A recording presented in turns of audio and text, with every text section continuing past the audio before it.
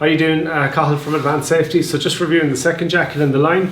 It's a straight, what I would call a straight PU jacket. Again, the brand doesn't make a difference, but it's really just to talk about the fabric and the way the jacket is constructed.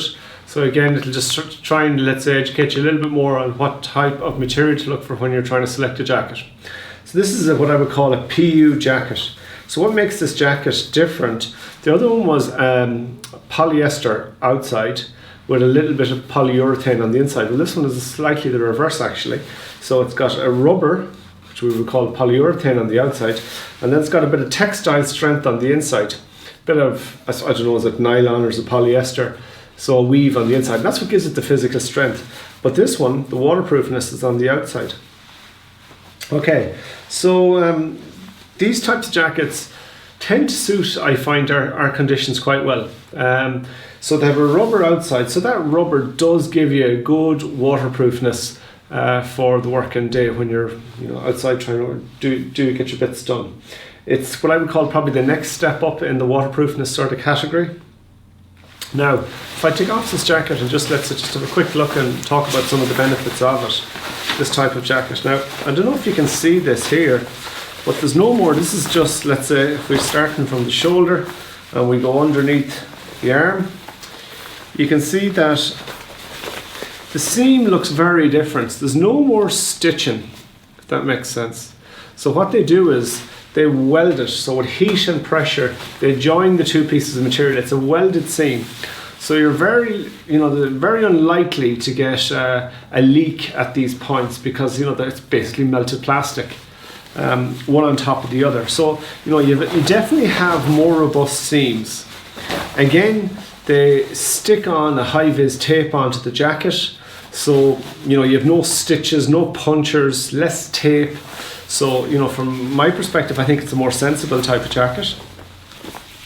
Now, there is drawbacks with it, and we've seen it time and time again. Probably the original of this type of jacket, this PU type of outer jacket, would be Sion's, what's it called? Genie Max. I can't think of it now. Sion came up with this fabric originally. So everyone else sort of followed them and copied it with different types of variations of polyurethane. But what we see with this type of jacket is that after a while the polyurethane tends to get a little bit saturated and it starts to weep water through at a very, very minute, tiny level, but you can start to feel dampness inside it. And that's definitely a drawback of this PU. It just reaches saturation point. I don't think if you're standing in the rain for a full day, you're going to get your 8 hours out of this jacket. I'd say you'll probably get 4 to 6 hours, and the last 2 hours will be wet. So this jacket does need to go to a drying room at night. Another thing I suppose I don't like about it, the nature of it, it's quite easy to rip it, catch it on a sharp object and rip it. But I think, let's say in the mid-price range, it's probably as good a jacket as you're going to get. So it's a rubbery feel on the outside. It's not like the fisherman's jackets that we used to see of years gone by. It's more of a softer, tactile, rubbery feel, I suppose. It's a more comfortable rubber to feel and work in. It is a very good jacket for the rain. Don't probably think it's an all-day rain jacket, but it's nearly there. And probably value for money and functionality is probably the best. Let's be honest, we live in Ireland here, we rarely get 8 hours solid in a day. It might be showers, you might get an hour or two here and there. It rarely rains for 8 hours solid. So, for most of your working day, this should look after you. One thing I'd like to add in relation to this jacket is the straight PU polyurethane jacket is the hydrostatic pressure of it. Now, I don't know this for sure, but best guesses and what I've been told, I'm standing to be corrected, and if someone says I'm wrong, it's fair enough. I think from what I believe, this jacket has a hydrostatic pressure of around 5,000 millimeters.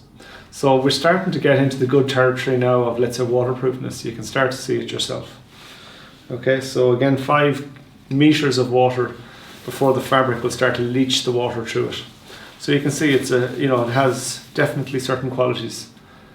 I suppose another thing I found that this is the unlined one, and the unlined one works well in summer because it's not padded. But when this gets wet, as I said, the outer tends to get saturated. You find that it almost sort of clings to your skin, and you get this cold feeling off it, and that's definitely a drawback as well. So you're better in the jackets to have the padded form of this jacket.